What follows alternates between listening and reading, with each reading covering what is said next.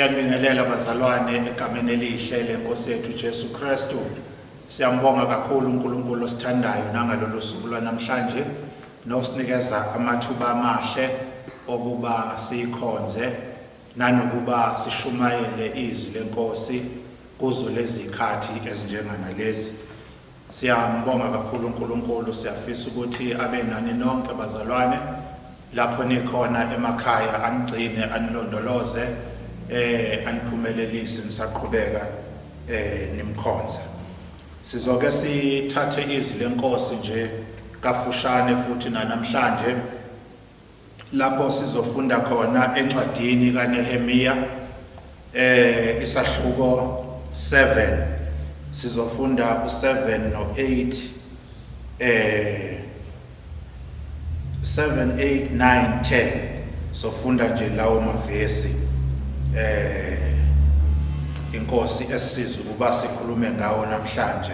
Ngaphambi kokuba ke sifunde, ngiyacela ukuba sivala amehlo sikhuleke.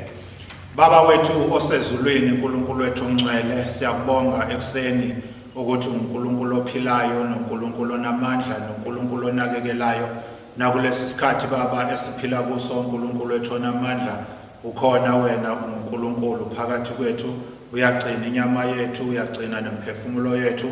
Izwi lakho lithi uJehova uNkulunkulu olondoloza uIsrayeli akozela kalali. Siyabonga Baba ukuthi nakulesi sikhathi noma kuhlasele izifo nakho konke okukhona, kodwa wena usenathi njalo umile ngakithi kuba usenqobele. Siyabonga ke uNkulunkulu wethu uphinde kuba nathi sisazokhuluma nangezwi lakho manje. Vula izindlebe zethu uNkulunkulu wethu onamandla kuba sizwe ukukhuluma kwakho, silalele ukuba senze intando yakho. Siyabonga ke Baba, sikunika udumo nasekuseni egameni elihle lenkosi yethu Jesu Kristu. Amen. Mtheke bazalwane, sizofunda izwi kuNehemiya isahluko 13. Siqale ukufunda kuverse 7 lapho kufundeka khona kanje: ngaya eJerusalema ngaqonda okubi uEliyashibi akwenzele uTobiya ngokumlungisela ikamelo emagcekeni endlu kaNkulunkulu. Verse 8: kwaba kubi kakhulu kimi, ngalahla phandle zonke izinto zendlu kaTobiya zikhishwe ekamelweni. Verse 9: ngase ngithi mabahlambulule amakamelo, ngabuyisela khona izitsha zendlu kaNkulunkulu kanye neminikelo yempuphu nenhlaka. Verse 10: ngase ngazi ukuthi amaLevi awanikwanga izabelo zawo. AmaLevi nabahlabeleli abenza umsebenzi babebalekele kwaba yilowo nalowo ensimini yakhe. Amen.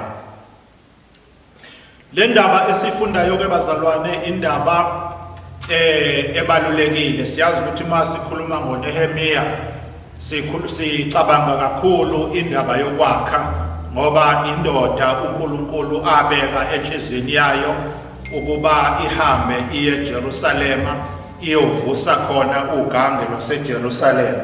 Manje ke indoda la sifunda khona, sesifunda isahluko sokugcina sale ncwadi kaNehemiya, lapho uNehemiya kwakusenhlizweni yakhe, uNkulunkulu wayebekile enhlizweni yakhe ukuba ahambe ayovusa izingange zeJerusalema. Le ndaba yokuthi uNkulunkulu wayebekile ngiyayibheka ngoba nenkosi uCyrus noma wayeyinkosi yaseBhabheli, kodwa uNkulunkulu wabeka wavusa emoyeni wakhe ukuba akadedele abantu bahambe bayokwakha iJerusalema. Ngakho-ke nasenhlizweni yakhe kwavuka lowo moya, wadedela abantu, wabakhuthaza bonke ukuthi bahambe bayokwakha ithempeli. Naye futhi wadedela imali nezinto zokwakha, wakhipha nezitsha ezazithathiwe endlini ethempelini ngesikhathi bethunjwa wakukhipha konke wakubuyisela eJerusalem. Manje ke uNkulunkulu nje engikubhekayo kule ndaba ukuthi uNkulunkulu uyavusa enhlizweni yomuntu afaka umoya wakhe ukuba enze umsebenzi wakhe. Manje uNehemiya wawenza lo msebenzi esimweni esasinzima kakhulu, kodwa uNehemiya wawenza ngokwethembeka.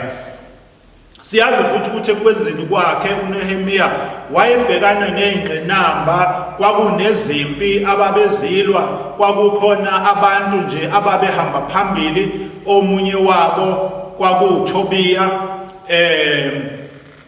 kanye nalona omunye ababehambisana naye ababemelene nokwakhiwa kwethempeli. Kodwa nokho noma kunjalo baqhubeka bawenza umsebenzi kaNkulunkulu njengoba uNkulunkulu wayebayalile. Kwaze kwafika ke isikhathi lapho ke ithempeli selidedicatedwa khona, linikelwa wenziwa wonke umsebenzi. Kodwa uNehemiya noma kunjalo sekuphelile ukwakha wayesebhekene manje nokuthi kuqhubeka kahle yini umsebenzi ethempelini. Futhi ke okunye engingakusho kule ndaba ukuthi uNehemiya akakhohlwanga isithembiso ayesenzile ukuthi uza kubuyela eBhabheli. Ngakho njengoba umsebenzi wakhe laphayana eBhabheli wabe eyicupbearer, kwafika isikhathi lapho kufanele abuyele khona emuva ayo-honorisha leso sethembiso sakhe. Nangempela ke lesi sikhathi ke thina la sifunda khona yiso lesi sikhathi lapho uNehemiya ebuyele khona eBhabheli. Manje uma esehambile waphindela eBhabheli, bayasala abantu noma abazalwane sebezenzela ukuthanda kwabo endlini kaNkulunkulu. Lana sithola uThobiya owaka-Amoni. uThobiya yena wayeyisitha sikaNkulunkulu noma wayeyisizwe uNkulunkulu ayengasifuni ngenxa yokwenza kwaso ngoba sasonile. Lezi izwe zombili, isizwe saka-Amoni nesizwe sakwaMowabi, wayethe uNkulunkulu singaphinde singene endlini kaNkulunkulu. Kodwa uNkulunkulu eseshilo kanjalo, sesithola manje la sifunda khona thina sithola umpristi uEliyashib. Umpristi uEliyashib uvumela isihlobo sakhe lesuThobiya okungafanele angene endlini kaNkulunkulu noma ethempelini ngokwesizwe sakhe, ngoba uNkulunkulu ethe akabafuni. Uyamvumela ukuba angene, ungenisa emakamereni ethempelini uthi akahlale khona. Uma ke ngena ehlala ethempelini, kwabe sekukhishwa izinto ezibalulekile ethempelini. Kwakhishwa izitsha zethempeli, zakhishelwa ngaphandle, kwasetshenziswa ngisho ikamero lapho kwakubekwa khona iminikelo. Ngakho kwagcina ethempelini kungasekho iminikelo, nabazalwane bengasayilethi iminikelo futhi ethempelini ngenxa yokuthi kwasekuhleli uThobiya. Manje sithola thina la sekubuya khona uNehemiya. Mayebuya uNehemiya uyafika isimo sibi ethempelini.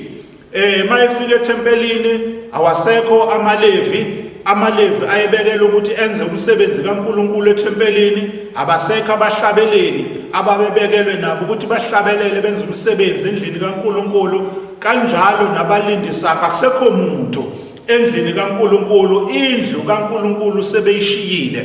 Lendlu ababefungile uma ufunda lapha esahlukweni sika-10 kuyena uNehemiya ukuthi ngeke abayikuyishiya indlu kaNkulunkulu. Basebeyishiyile indlu kaNkulunkulu, baphuma bahamba. Ngakho umsebenzi endlini kaNkulunkulu noma ethempelini wawusumile. Umsebenzi kaNkulunkulu wawungasaqhubeki. Kodwa bheka ukuthi ukusebenza kwethempeli kwaphazamiseka ngesikhathi libhidliziwe. Manje selakhiwe ithempeli, kodwa umsebenzi kaNkulunkulu awusaqhubeki ngenxa yabantu, ngenxa yobudedemu babantu. Kule ndawo sithola kuwumpristi kaNkulunkulu okhelese noma bebudedemu, wathatha umuntu ongafanele wamfaka endlini kaNkulunkulu. Manje ke mayifika la uNehemiya ezwa le ndaba uyafika ngempela ethempelini konakele kunjeya kuthiwa wacasuka emoyeni wakhe wangena ngaphakathi emakamelweni wathatha impahla kaTobiya wayikhiphela ngaphandle wakhipha yonke into wayibeka ngaphandle wayesebiza abanye wathi abeze kuzohlanjululwa indlu kaNkulunkulu ngoba indlu kaNkulunkulu imele ukuba ihlale ihlanzekile yahlanjululwa-ke indlu kaNkulunkulu yabuyiselwa esimweni sayo esifanele wayesebiza amaLevi wabiza abahlabeleli wabiza abalindisango wabiza bonke wababuyisela endlini kaNkulunkulu wayesethi-ke akubuye neminikelo ekade inikelwa uma sekubuye iminikelo wathi nalabo akade beletha izinkuni zokubasa umlilo ukuba umlilo ungacishe altare wathi nabo kababuye baqhubeke bawenze lo msebenzi abababele wona ukuthi bafake izinkuni ukuze umlilo ungacishi ethempelini kaNkulunkulu into engingayisho ngale ndaba ukuthi uNehemiya wayenza yena kodwa indaba futhi efanayo eyenziwa uJesu mayefika ethempelini lithi iBhayibheli ukuthi uJesu naye wafika ethempelini kugcwele abantu beshintshiselana bedayiselana kukutradewa nje ethempelini lithi iBhayibheli uJesu wadonsa inkalvasi wabashaya labo bantu wabakhiphela ngaphandle wathi kutheni ukuba nithathe indlu kaNkulunkulu niyenze umhumo wabaphangi yilokho-ke bazalwane engikushoyo nakulesi sikhathi ukuthi nathi usibizele uNkulunkulu kule ndaba ukuba siphile impilo yakhe engcwele siphila sisendlini kaNkulunkulu singavumeli izinto ezingcolileyo nezinto uNkulunkulu angazifuni singazithathi thina sizifake ngaphakathi endlini kaNkulunkulu ngokuba uNkulunkulu akakufuni lokho kodwa uNkulunkulu ufuna indlu yakhe ihlale ingcwele futhi uNkulunkulu uyafuna ukuthi abantu bakhe masebekhona endlini yakhe sebemkhonza abayilethe iminikelo endlini kaNkulunkulu lisho njalo iBhayibheli uma ngabe ufunda kuMalaki lithi ngenisani okweshumi neminikelo endlini yengcebo kaNkulunkulu ngakho kwasekukubi endlini kaNkulunkulu ngoba ingasangeni iminikelo yangasangeni okweshumi nakulesi sikhathi bazalwane bami siphila kulesi sikhathi lapho-ke thina kungangenanga isitha kungenanga uTobiya kodwa thina siphila esikhathini lapho kungene khona lesi sifo noma lo mkhuhlane okhona manje we-coronavirus siyabona ukuthi nathi kufuna ukusishaya futhi ngendlela efanayo ukuthi nathi-ke asisakwazi manje ukungena endlini kaNkulunkulu nathi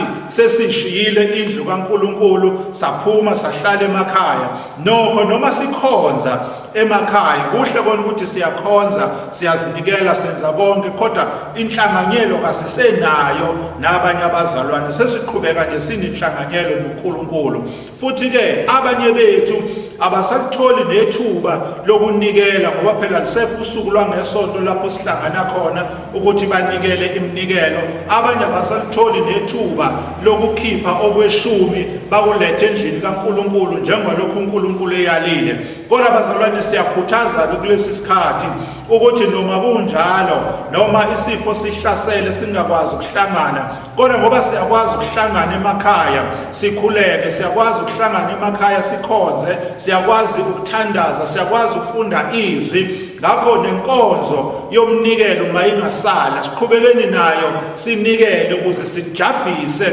isitha sethu ngoba isitha sethu kulesi sikhathi sifuna ukuba sisiphuca inkonzo sifuna noma sithi siyayenza inkonzo siyenze ingapheleli kodwa sipheleliseni bazalwane simkhonze uNkulunkulu khona uNkulunkulu eyakusibusisa ngokuba senzile okuhle sangamlahla uNkulunkulu sanoma singekho phakathi kwendlu yakhe kodwa indlu yakhe ikuthini ngoba izwi likaNkulunkulu lithi imizimba yethu iyithempeli likaNkulunkulu ngakho-ke noma ngabe sikuphi lapho sikhona emakhaya kodwa ithempeli likaNkulunkulu likhona ngakho ayifezwe inkonzo ipheleliswe akangasirobhi usathane ukuthi ngalesi sikhathi sisemakhaya singakwazi ukuhlangana kodwa bese senza imisebenzi emibi imisebenzi engemihle imisebenzi engamthokozisa uNkulunkulu nathi emakamereni noma sengishilo ngathi nathi imizimba yethu iyithempeli likaNkulunkulu, nathi asiqaphele ukuthi uEliyashibi akangavumeli isitha asifake emakamereni ethempeli emzimbeni yethu, ukuthi kube khona izinto manje sezingena emakamereni ethempeli lemizimba yethu ukuba ithathe indawo, ukuba igcolise ithempeli likaNkulunkulu, ukuba singabe sisayifeza inkonzo kaNkulunkulu. Yilokho nje ngikukhuthazayo bazalwane ukuthi asiphelelise inkonzo kaNkulunkulu, asilahle konke okubi, konke okubumnyama sikulahlele ngaphandle njengalokhu Nehemiya wakulahla. Nathi sihlambulule ithempeli limizimba yethu, sihlambulule ukuze uNkulunkulu ahlale kahle, uNkulunkulu akhululeke phakathi kwethu, uNkulunkulu akhulume ngezwi lakhe kithi, umoya wakhe ongcwele akhulume, asifundise, asikhumbuze konke uNkulunkulu asiyalile ngakho, ukuze siqhube njalo inkonzo kaNkulunkulu, kuthi noma sesidlula kulesi simo singabuye siqale phansi, kodwa kube ukuba siready ukuba simkhonze uNkulunkulu. Ngokuba enye into engiyibhekayo kulesi sikhathi kusekhona lo mkhuhlane, kulesi sikhathi singakahlanganyeli sisahlele emakhaya, kukhona abanye bethu ebabizayo inkosi, khona abanye bethu abafayo abahambayo baye enkosini. Manje lukhulu uvalo ukuthi kabe laba abafayo kulesi sikhathi bafa benayo yini uNkulunkulu enhlizweni zabo, bafa bengavumelanga yini uTobiya emakamereni impilo zabo ukuba bangaphili impilo kaNkulunkulu bese bephila impilo yobumnyama. Lokho bazalwane okunikhumbuza ukuthi nakulesi sikhathi akube lowo nalowo ahlambulule ikamero lethempeli lomzimba wakhe, alihlambulule, alingcwelise ukuze lilungele ukuba lenze umsebenzi kaNkulunkulu. Uma kukhona ichashaza alibonayo ukuthi alilihle empilweni yakhe, akayihlambulule. Igazi likaJesu lisekhona nangalesi sikhathi ukusihlanza bazalwane, ukuze sipheleliswe silungele umsebenzi kaNkulunkulu. Lawo mazwi bazalwane bami bengithi angiwabeke namhlanje ukukhumbuzisa ukuthi asiphelelise indlela yethu kuNkulunkulu, asihlambulule ithempeli likaNkulunkulu, sililungise libe indawo efanele ukuba kukhonzwe kulo, kudunyiswe uNkulunkulu. Asivala amehlo sikhuleke. Baba wethu osezulwini, uNkulunkulu wethu ongcwele, siyabonga nangalesi sikhathi ukusikhumbuza njengabantwana bakho ukuthi sisalindelekile ukuba nangalesi sikhathi siphile impilo engcwele, noma singahlangani njengabantwana bakho kuhlangana ukuzokukhonza sindawonye, kodwa asinalungelo lokuthi bese senze sikuthandayo. Sisafanele ukumlalela uNkulunkulu, sigcine izwi lakhe, simkhonze kukho konke okuhle, senze intando yakhe, sifeze izwi lakho nangalesi sikhathi ukubataza udunyiswe wena namandla. Siyabonga ke Baba, sikunika udumo namanje egameni elihle leNkosi yethu Jesu Kristu. Amen.